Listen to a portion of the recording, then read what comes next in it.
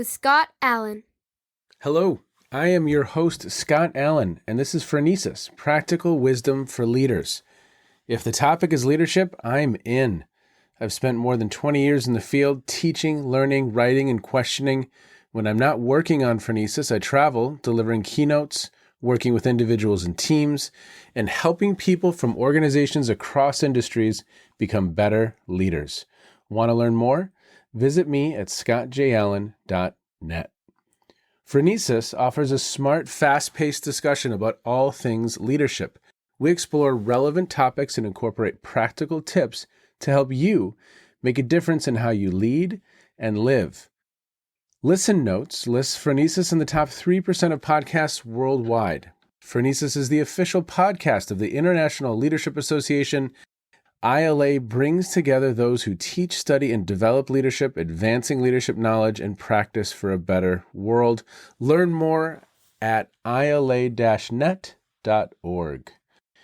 Finally, if you enjoy Phronesis, please subscribe to stay current on our weekly episodes. If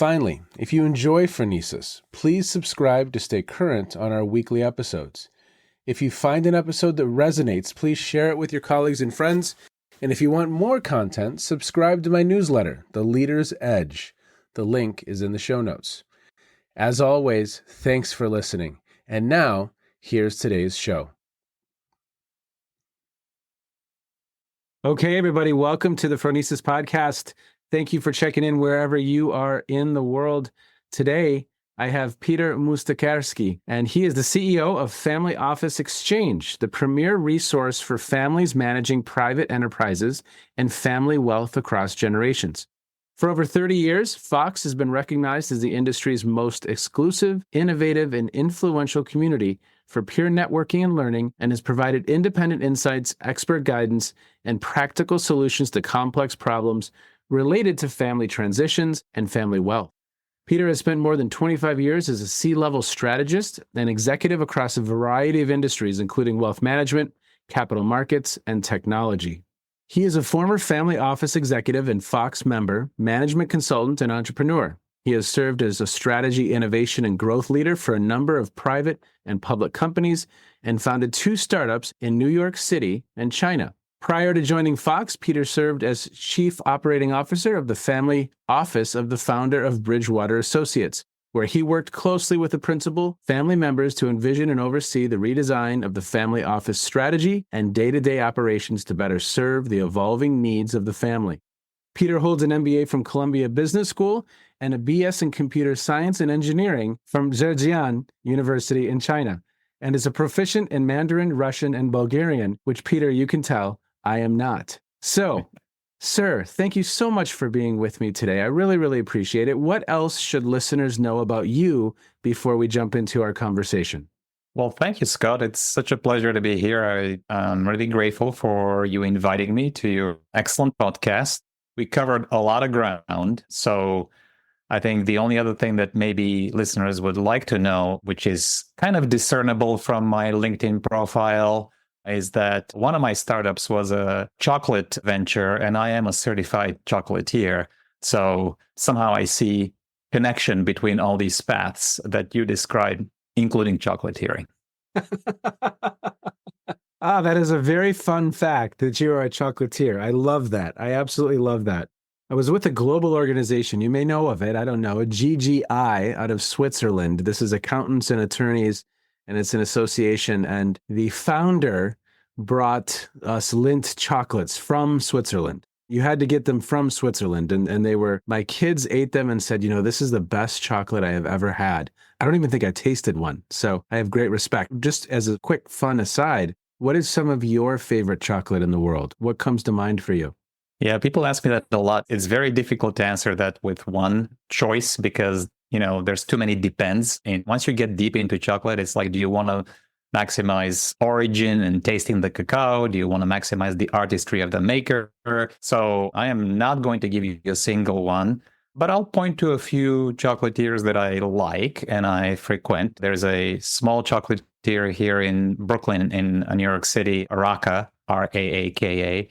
that I think is very innovative. They specialize in raw chocolate and also do a lot of interesting blends and ways to ferment the cacao in order to infuse it with other flavors, such as, sherry cask or whiskey cask.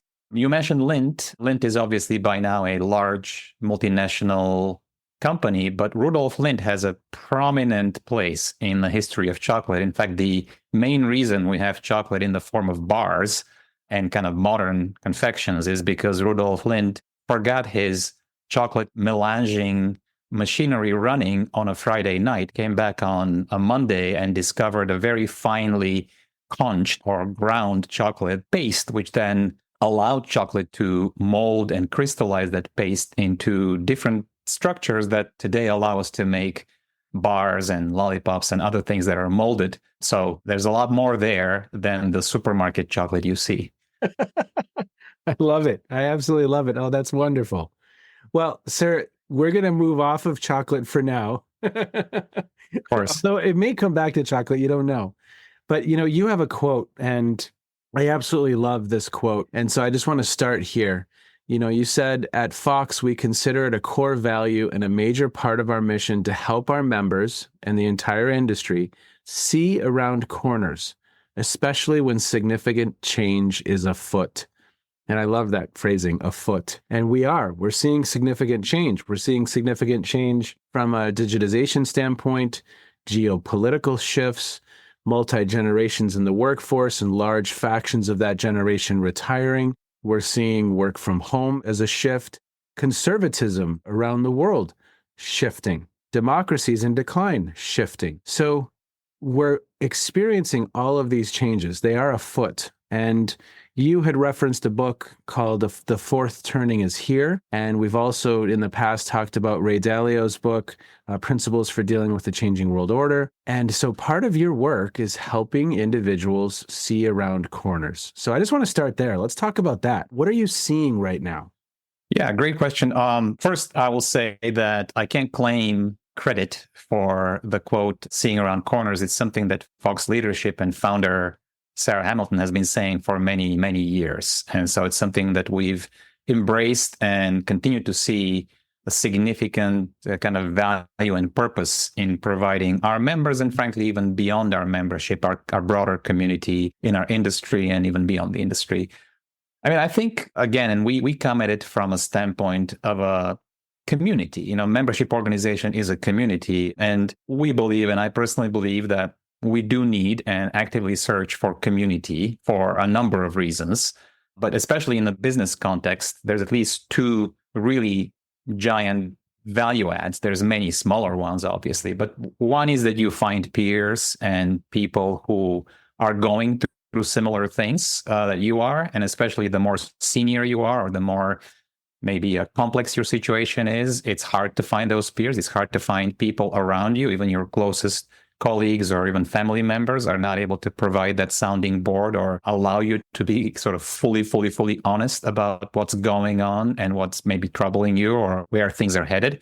And so being able to find a community of peers that are going through something very similar or have gone through something very similar, who have no agenda other than just to share the human experience and are generous enough to offer their learning, I think that's a very, very important fundamental reason why we seek community, and certainly in the business context of community. I think the second thing is to then learn not just for the academic purpose of knowing what happened in the past or where we are today, but really learn for the business and the personal individual purpose of knowing where things are headed so we can plan and run our life and business in the best possible way. And it's that second sort of pillar of value that communities, business communities or membership organizations and other ad hoc communities provide is the one that we refer to when we talk about seeing around corners. And that's a really good way to describe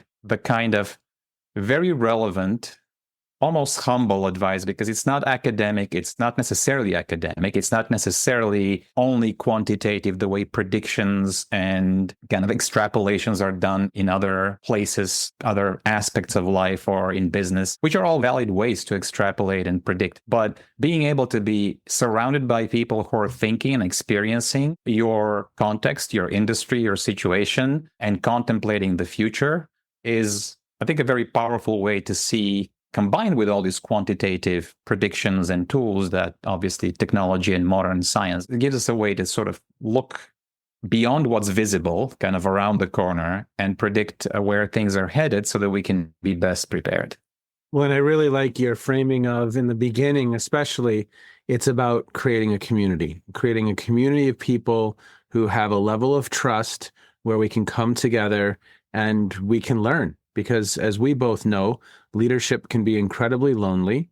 You don't necessarily feel like you have some of that community of peers who are experiencing, who are questioning, who are wondering what you're wondering. So talk about some ways to create that community. I think that's great. Well, I mean, again, we specialize in our corner of the financial services universe. We're specializing in creating a very unique community, which has been around for 35 years and has been recognized by family offices, family members, family office executives, and external advisors as a really safe, intellectually honest, and objective place to come and share and gain insights and gain this sort of feeling and benefit of community. I'm sure there are lots of ways for one to create a community. Again, I'm more focused on the context in which we as Fox have been doing this. The most important thing, I believe, is for the people founding the community or the people running the community to have a very clear and strongly articulated value system so that members or potential members can look at that and identify with kind of the ethos and the culture of this community and make an informed choice. Then, of course, as important, or maybe even 10 times more important, is to then live that value system over time so that the community and its members can speak for itself, so to speak. So most of new members we get at Fox are word of mouth recommendations and referrals. We hardly do any marketing in the traditional sense of the word. It's almost inappropriate in the space that we are.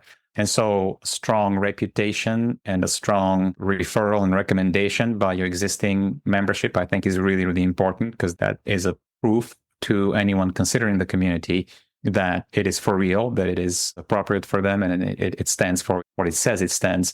And then, of course, I mean, memberships and communities they're a two-way street, maybe even multi-directional streets. We are obviously a business and our members pay us to enjoy the benefits of that community, but the proposition is a multi-direction community. The members are just as important and contribute as much into the community. And so therefore, our job is to ensure that they are comfortable inside it and it's made easy for them to contribute, because a community only serving information or services top down is not really a community. A community is a bottom up, actively engaged collection of people, entities that are, peer to peer. They care about their peer relationships. They want to learn from their peer relationships. They want to contribute. And this is why I like the word generosity in a community. Communities are really, founded and thrive on the spirit of generosity and sharing and giving, as much as they are able to offer benefits for members to take. I like that. It reminds me of a book called The Go-Giver, which is, I'll put a link to that in the show notes. But is there a generosity or a spirit of generosity as I enter into the community to not only take and learn, but also to give and to contribute to that community? Mm-hmm. So what are some of the conversations that you're hearing when it comes to, again, let's go macro right now. What are some of the contextual shifts that are on your radar right now, that you're thinking about, that people are talking about, maybe even some things that people are seeing that the general public isn't seeing yet? We could try and get there, but what are you hearing are kind of on people's minds right now? Yeah, I mean, we are a community of family offices and family office professionals, or I would say family wealth professionals, because sometimes there is no family office, but there's still the family, the enterprise, and all the needs and activities associated with it.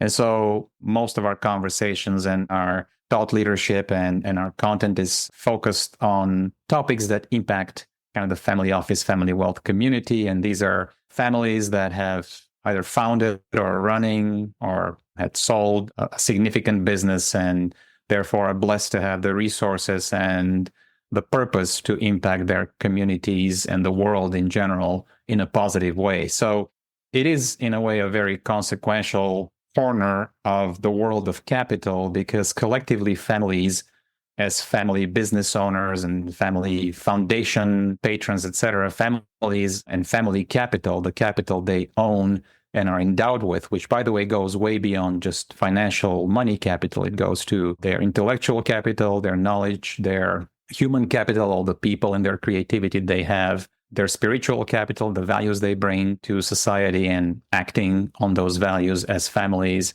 and the social capital, all the connections and kind of social networks that they have.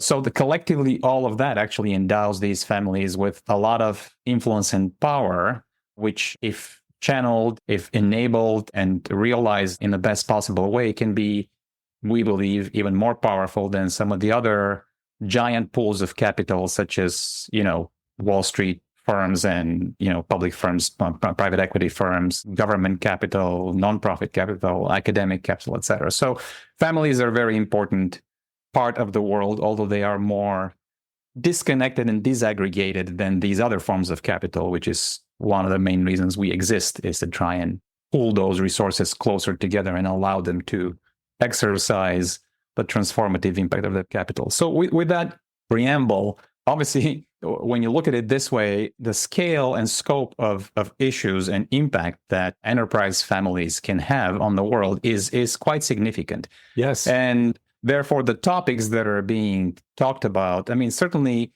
there are a lot of, day-to-day topics that family offices and family wealth organizations and service providers are preoccupied with: managing the financial capital, optimizing the cost of capital and its deployment, making sure that these families and their resources, including their people, are protected and able to succeed and to be happy in their lives. And then obviously ensuring that the communities they are in thrive and develop in the best possible way, because that's what families generally care about. That's one thing that sets apart family capital, is that families who have a name, who have a face, who have, fathers, mothers, children, grandfathers who are very well known in the community, they really do care about impact and their communities. If I were to kind of pick some of the top themes, one major theme is around impact. All of our families that we work with and are aware of course, they're very focused on the more tactical, if I should say, objectives of maximizing return on capital or making their businesses successful, etc. But on a more strategic level, what they're really focused on and driven by, and increasingly so as the new generations step in and bringing their own value system, what they're really focused on is how can they make the best, strongest, positive impact on their communities, on their own family members, but certainly their broader communities and the world in general. So the topic of impact, which, by the way, is not just ESG and the way it's been framed in these other pools of capital that are very narrow and suboptimal and frankly don't work very well for true impact investors. But the idea of how can we use all this great capital that we've been endowed with, we've been blessed with these resources, how can we best use them for our communities and to create a better world, save the planet, and all these other things that they care about and are concerned that are potentially headed in the wrong direction currently, whether you think about it politically, kind of geopolitics of kind of global relations, or environmentally in terms of what's happening to the planet, and any other aspects that are from a value system important to them. So that's probably, I would say, again, this is not the full list of themes, but I would say probably the number one theme that I would distill at the top of the pyramid is about impact and purpose. Yeah. And so that's just really clarifying how we want to enter. And again, it could be any number of different ways that we're defining or thinking about impact, but that's a lot of the conversation is impact. Yeah, I would say a lot of the conversation, especially as they look out from the family system into the broader world, that their enterprises, their foundations, their various businesses or other entities that they run or own, as they look at kind of from the family out, that's probably the most important thing, is how do we ensure that the world we're in is better, and our children and grandchildren, I mean, this is what every family really wants, except you're now looking at a community of families that have resources that could have a global impact. And so they too want a better world for their children and communities. And I think that's number one. I think if you turn around and say, as they look inward, I would say one of the most important things, which again gets neglected because the wealth management profession gets a little bit too focused on the technical, quantitative, financial metrics. And of course, they're easy to measure and they're standardized. And we've been added for over 100, 200, however you want to measure it, quite a few years, but they only take care of one aspect of the family and the family capital. And so I would say the second big theme is really taking the family and putting it in the middle of everything, at the top of everything. So really, I think there is a big realization both within families and in the family wealth, family office space, that it's a bit back to basics. Like with the family is the most important thing. Yes, the expertise that the family is surrounded by and is using is really important, but it's kind of table stakes now. Like everybody understands investments, understands insurance, or everyone can find the right advisor, whether you hire them inside your family office or you employ them externally as an external advisor from another firm. But what you really have to ensure, and what you're really doing all this for, is for the happiness, well-being, and fulfillment of the family members. And if you lose track of that overarching objective, you can do a lot of expensive, complicated, painful work that will not help the family. In some cases, could hurt the family. And so I think the other major theme, more inward looking, is making sure that when we say wealth management and we do all these activities, we really are equating wealth with well-being, not with just money, and that enabling family members across generations. And by the way, we find ourselves in a world where we have 5 active generations, together working in the family, in workplace in general, but certainly in the families that we work with. And so you've got 20-year-olds and 85-year-olds, active, contributing, leading, or needing something from the family system, the family enterprise. And so making sure that all of these constituents are thought about, taken care of, and are happy and fulfilled is the other, I would say, mega topic in our world. And again, there's lots of helicopters, so we're going to wait for that. New York City for you. So there are obviously other topics under that become more specific, especially as you look at the different forms of capital, financial, human, and we can get more granular. But those to me are the 2 macro strategic kind of topics, needs, things that unify everyone in our community when it comes to big things on their minds. Yeah. So we have impact and purpose, kind of externally looking. How do we want to make an impact, or what is our purpose as we look external? And then well-being internal. And that's going to take leadership. And you probably have some individuals who lead in their families really, really well. And you probably have some individuals who they built a really big business, but they struggled to lead. Are there themes that you see? What are some commonalities of families? Let's stick with internal for right now. What are some commonalities of families doing that work well? Yeah. Well, I mean, I think the most important first step is to realize that this work has to be done.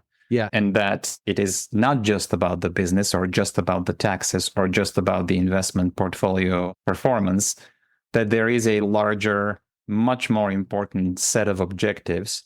And this does take leadership. This point has to be driven home by the family leadership, as we call it now generation, the generation that is leading the enterprise. And it doesn't always happen. There are some families that are very business centric, and the business is essentially the life of the family, and maybe that's okay. And if that makes everyone happy and fulfilled, that probably is the fine formula for that moment in time, that stage of the family's life. But usually, as families, multi-generational enterprise, business families, investment families progress through the generations and through their journey and mature and become more complex with more people involved, it takes more leadership to state the objectives and the values and to say, this is the most important thing. So I would say the first success factor would be for the leadership of the family to recognize that well-being, happiness, fulfillment, inclusion of the family members that make up the family system is the most important thing. And it has to be an actively managed objective, something you have to somehow measure, track, and have different initiatives and activities that serve that. I would say the second thing that is a success factor is the realization and the comfort that this first objective we mentioned is very complex, difficult, and different from what most families and business people who are successful in business were actually endowed and wired to solve. It's usually a more psychological, human, qualitative in nature. It is not the strength of the people who succeed in building big, successful, scaled up businesses that go public, etc. And so to realize that you're going to need a lot of help from a lot of people who have very different skill sets and knowledge than you do as someone who built, let's say, a very successful telecom business or, a food business or whatnot. And to recognize that these qualitative factors and the qualitative expertise of human psychology, education, well-being, health are important, just as important as the tax, finance, accounting, technology that everyone understands and invests very heavily in, and to then spend your time and resources accordingly to engage these qualitative disciplines to ensure that, the human well-being of your family system and the family members within it is maximized. And then I would say the final thing I would mention is to realize that this has to be run like a ongoing multi-generational initiative with the engagement of everyone involved, even those that might be a little disengaged or might not be necessarily, at first glance equipped with to support this process. So you might have people who are in the arts, on other aspects in the family, and you think, well, how can they help a financial family transformation? But the truth is, everyone in the family system has needs and perspective. And when it comes to the business of the family, so to speak, not the business of the business or the business of the portfolio or even the business of the philanthropic foundation, when it comes to the business of the family, it is kind of like everyone or no one. And you really cannot exclude any meaningful participants in the family, or you will be most likely setting yourself up for limited success or for failure. So those are the three things I would highlight. Well, it's so interesting, Peter. Like from a leadership standpoint, what comes to mind for me is perhaps what got this individual or individuals to where they are. Maybe it's Lindt and they've developed a chocolate empire. And in that context of an organization, I can be a little bit more command and control. I am the boss, et cetera, et cetera. And from what you're just saying, for this work to actually really be sustainable, it's a family system and we need to engage others. And so the work is different. And maybe the style of leadership needs to be different within the context of the family. And then what I also heard kind of embedded in your comments was that this requires design. Just like so many other things require design.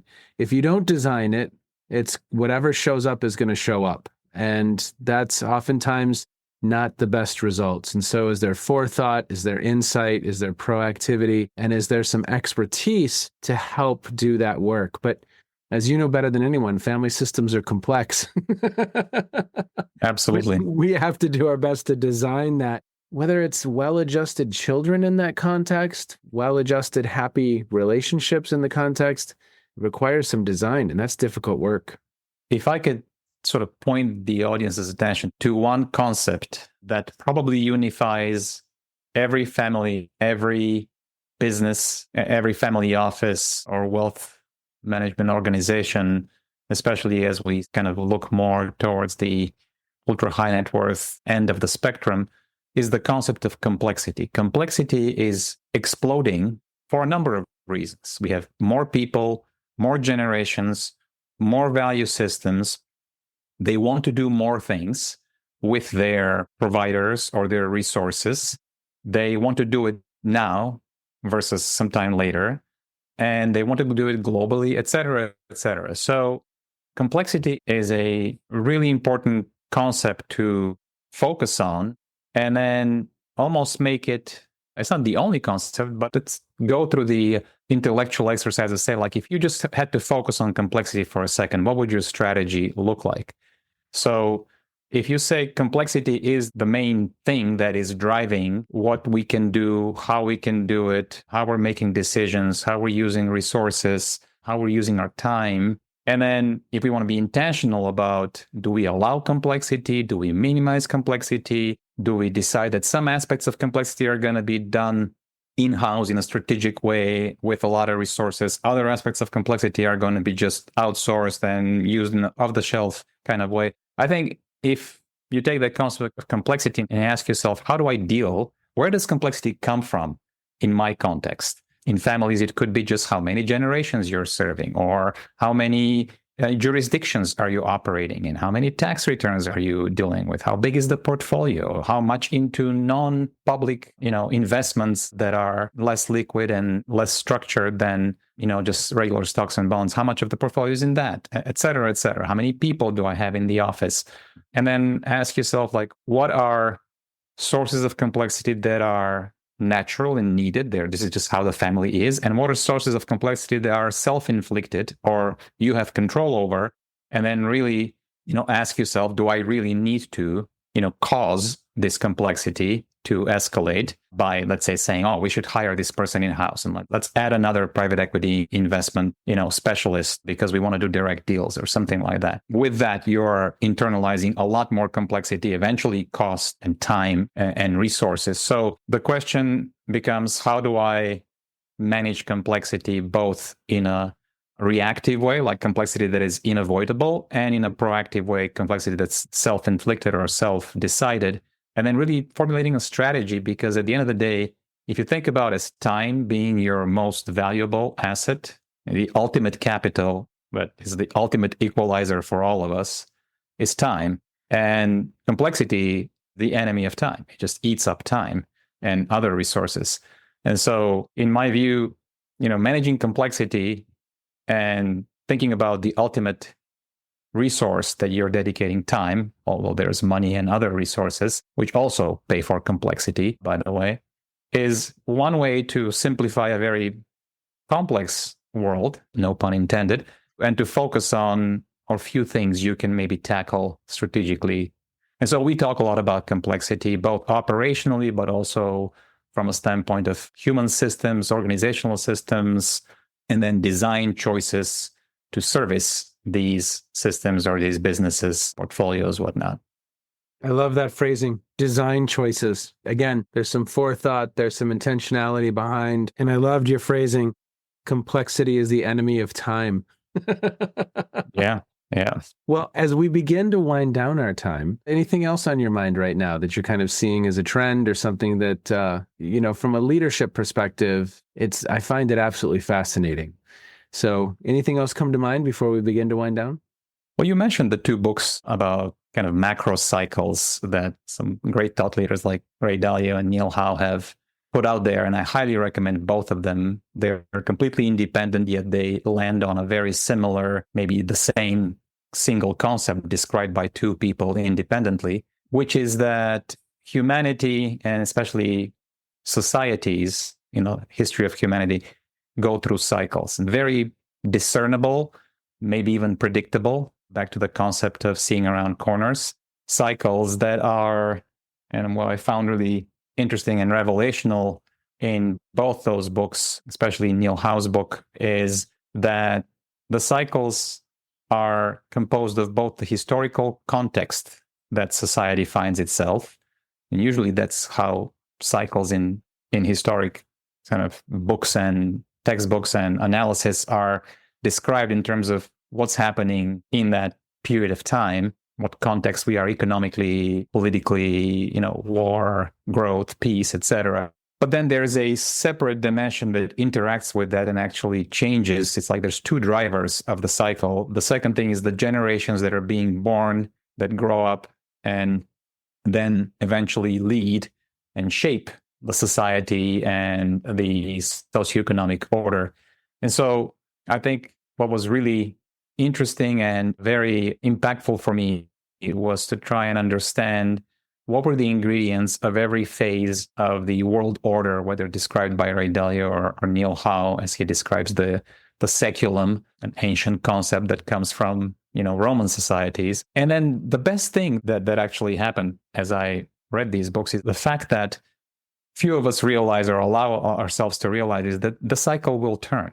It doesn't matter how good or bad we feel right now about the trajectory of things, it will turn. And with some of the tools in these books, you can almost predict when, roughly, it will turn. You can't predict how. Hopefully, it's not a war or something terrible that happens, but there will be some kind of, cathartic event that causes the cycle to turn. And we are in the last, by both thought leaders' accounts, we're in the very last phases of a global cycle, which will be reset in some time.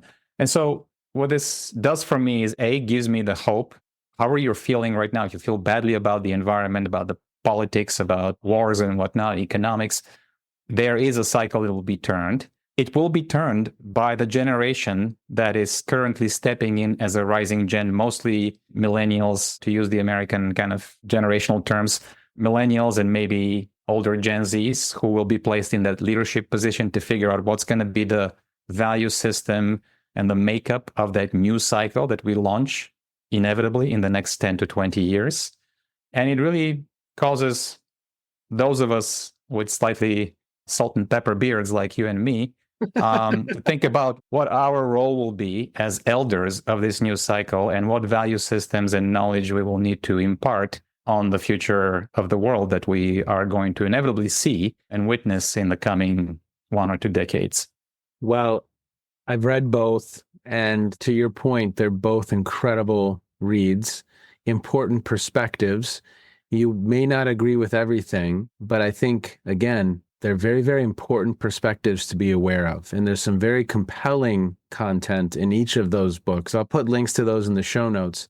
But I think it's also a piece of us staying open to and us staying aware of the different perspectives and the different kind of signals out there that are providing us with clues, because I think that's incredibly important. If BRICS is talking about creating its own currency, well, that's a pretty significant shift. Yeah. We could get into a long conversation about that, but it's very, very fascinating. And I love both of those books. I'll put links to those in the show notes. Now, speaking of resources and books, I always kind of wind down these conversations by asking the guest, what's caught your attention in recent times? What have you been reading? What have you been listening to? What have you been streaming? It could have something to do with what we've just discussed. It could have nothing to do with what we've just discussed, but what's caught your attention? I had a guest recently say, I'm watching Bridgerton. So it doesn't have to be anything like super profound. Yeah, good question. It could be a paper, an article. It could be a book. It could be a show. It could be a TED Talk. I mean, it could be anything that's kind of caught your attention or that you're reflecting on. Definitely the 2 books we talked about have been something that's reshaped and refocused the way I think about the moment in time we are. I find myself reading a lot more about psychology and the human mind and the human soul, and a lot less about technical topics. I'm currently rereading Thinking Fast and Slow, for example, and I find it, a great resource, especially as we talk about the importance of the qualitative side of success and well-being. I'm definitely following all the kind of health and wellness discoveries and science, because I think, again, the ultimate objective would be wellness and time put together. So we live long and we live, in a good way and in a happy way. Yeah, I think those are some of the resources that come to mind immediately. Well, the last one you said reminded me of David Sinclair's lifespan. How do we increase human health span and lifespan? And for listeners, not to mention competing podcasts, but that's an incredible podcast. If you want to have your mind blown a little bit, listen to David Sinclair's Lifespan. I believe it was about 8 episodes or something like that. And it's an incredible book as well. But yeah, that literally changes everything if we're living in a healthy way till 120 or 140. Marriage, like till death do us part, for real? Because that's It changes every institution. Well, and if you think 5 generations living together in a family system is complex, imagine when it gets to 7 or 8, that we'll have to rethink everything. And I think one of the key things that is coming up also is, and I mentioned that you and I being thinking about our role as elders, I think what this is causing us to think more intentionally about the role of elders. We could sort of assume that people, when they get to 65, will just like go away and go somewhere to retire, play golf. I think that's not what's going to be happening. And as lifespan continues to increase and people are healthy and active, what are the roles and how do we interact, when we are, way into our 60s, 70s, and 80s, when there are people in their 20s, 30s, and 40s who also want to claim their kind of role and place in the world, in the enterprise, in the family, et cetera. So I think that's going to be a increasing conundrum. Well, you know what? I saw the Rolling Stones on Saturday night, and Mick Jagger was strutting around at 80 like he was 45. Yeah. It's a thing. It's a thing for sure. Yeah. Lucky for him, he doesn't have to think about a succession plan, but think about now a family business or a family enterprise where the family leader is strutting around at 85 or whatnot, and you've got several generations behind, and you wonder, why are they not engaged? So exactly. Yeah, those are the kind of things we'll have to think about. Well, sir, thank you so much for the conversation. Really, really appreciate your time today. There'll be a bunch of links in the show notes, for you to access. And thank you for your good work. Appreciate it. Thank you, Scott. It's a real pleasure to be here. Appreciate you inviting me. This is really one of my second conversations that really, in many ways, kind of focuses on family and family offices and family as a context to lead in. It's a conversation that I am passionate about because I believe if you're a parent and you are leading and you have an opportunity to practice leadership in that context, practice influence, practice emotional intelligence, building a team, setting a vision, whatever it is, there's a practice field there.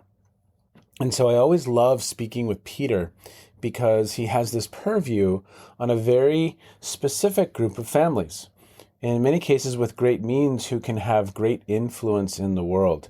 And I love that in their organization, it's not just about financial services, but it's also about the health and wellness of the families and that family system. So for me, the practical wisdom is a couple things. One, we can lead in a number of different contexts. Family is one of them.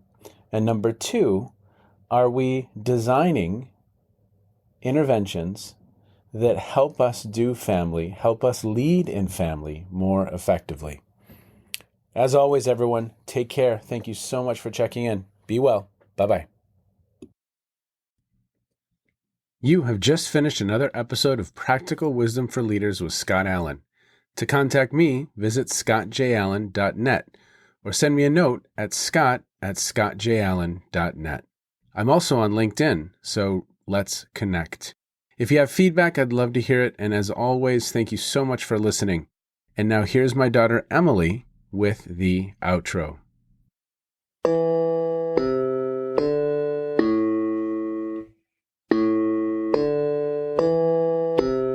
You've been listening to Phronesis, Practical Wisdom with Scott Allen.